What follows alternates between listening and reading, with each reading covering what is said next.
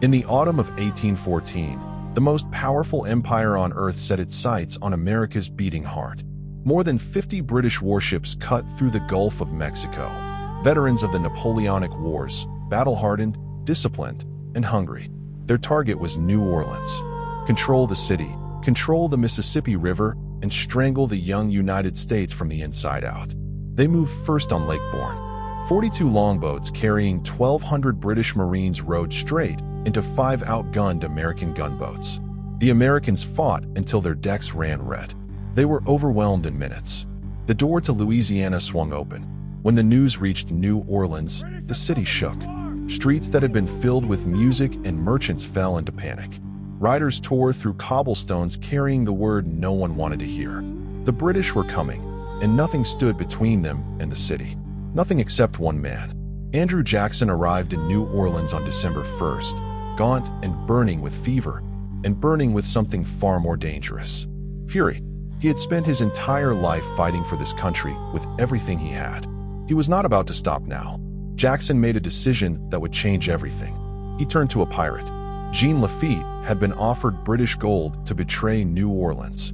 He dropped that gold into the bayou water and sailed north to join Jackson instead. With him came his Baratarian crews, scarred, fearless men who understood cannons better than anyone alive. But the British were already grinding through the swamps.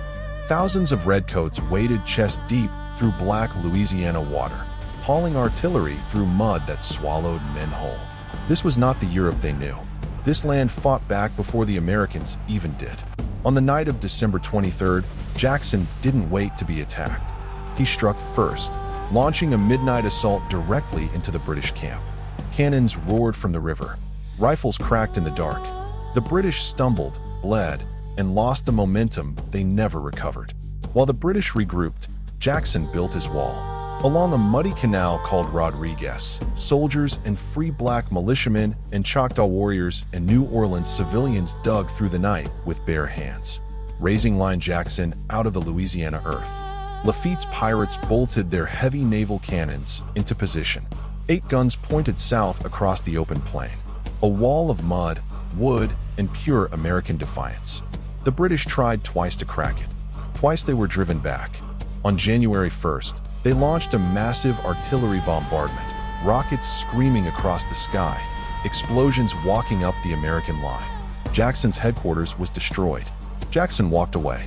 Then came January 8th. General Edward Pakenham, brother-in-law of the Duke of Wellington, sent 8,000 men across the open plain before dawn. They were the finest soldiers in the world. They marched in perfect formation through the morning fog. When the fog lifted, they were fully exposed, and Line Jackson opened fire. The carnage was absolute. 2,000 British soldiers fell in less than 30 minutes.